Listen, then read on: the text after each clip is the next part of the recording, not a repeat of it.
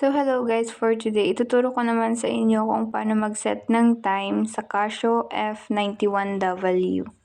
So ayan. At ang unang-unang nating pipindutin ay ang sa may light button. And ayan, isang beses lang. At sumunod naman ang sa may mode. Pipindutin natin to ng 3 beses hanggang sumabalik sa dating time. And ayan, next naman ay ang alarm button. Ayan, isang beses lang. Then, balik tayo sa may light. Ayan, hanggang sa gumagalaw na yung isang number. And, pindutin lang natin yung sa may alarm button para bumalik sa mismong time.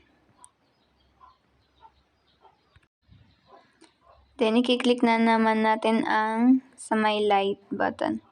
Then, ayan, next naman ang gagalaw ay yung sa may 53. And i-click lang ulit natin yung sa may alarm button para bumalik ulit din sa mismong number or time yung oras. Yung watch pala, I mean. So, ayan, click lang natin.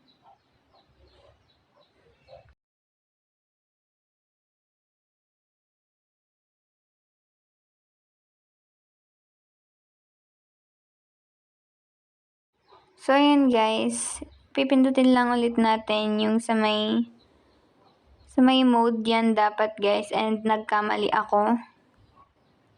Ayan, pindutin natin para bumalik, and ayan.